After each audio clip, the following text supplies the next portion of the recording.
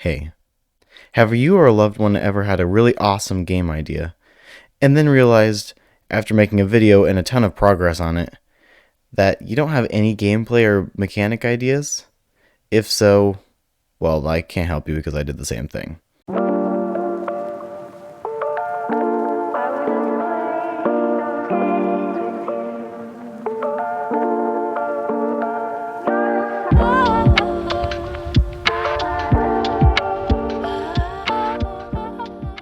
What's up, guys, and welcome back to another devlog. So like I was talking about in the really dramatic intro, I realized after putting a ton of progress in the game that I didn't actually have any mechanics or gameplay for what you'd actually be doing in it. After thinking about it, I realized this was a fatal mistake. I had already made the intro video for this game's development and a ton of progress, so I needed to come up with some ideas fast. Now, I know, you're supposed to start with the mechanic. I mean, that's what every single video out there about game development tells you, that you're supposed to come up with the mechanic first. But this is pretty much my only option unless I was going to stop development after a single video. I might be stupid, but I ain't no coward, so I started working on some ideas. The first mechanics I thought of were pretty bad, and I didn't really know how to fit it in with a theme at all, until I remembered my man, Jonas.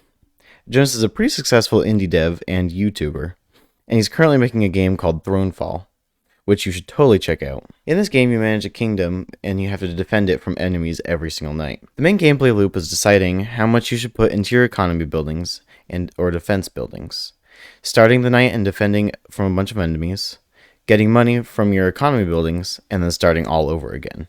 It's super fun, and I definitely recommend you check it out. But how was I going to use this in my game? After lots of pondering, I had it. What if you serve food in this front business during the day, make money, upgrade stuff for either money making or defense, and then have to fight rival mafia members using food-themed weaponry? Now, I was pretty satisfied with this idea, as it also let me do the other things that I wanted to do for the game, which was themed levels. I'd like to make each level themed after a different country. Each level is going to have 3 different foods from that country, and the mafia for it will be themed after mafia-type organizations that country is known for. So now that I have an idea for how this game is going to work, let's get into the actual development from this week. The first thing I did was becoming pretty much a professional chef. The first thing I did was the ability to make food. These counters that I made allow you to do different things to the food, such as... well, nothing else right now because the only thing I have is a cutting board. So now we can chop food and put it together to make different food. Just like how you take a sphere, a dark sphere, and turn it into a cube. I'm pretty sure that's a culinary masterpiece if I do say so myself. Anyways, now we need to be able to give the food to people because, just like Confucius said, why make cubes out of spheres when there's nobody to give the cubes to? So I made some customers. What they do is they'll spawn at the front of the store, and if you interact them, they'll sit at the first open table and they'll tell you what they want. Then you can prepare their food, bring it to them, and then you can make that sweet, sweet money.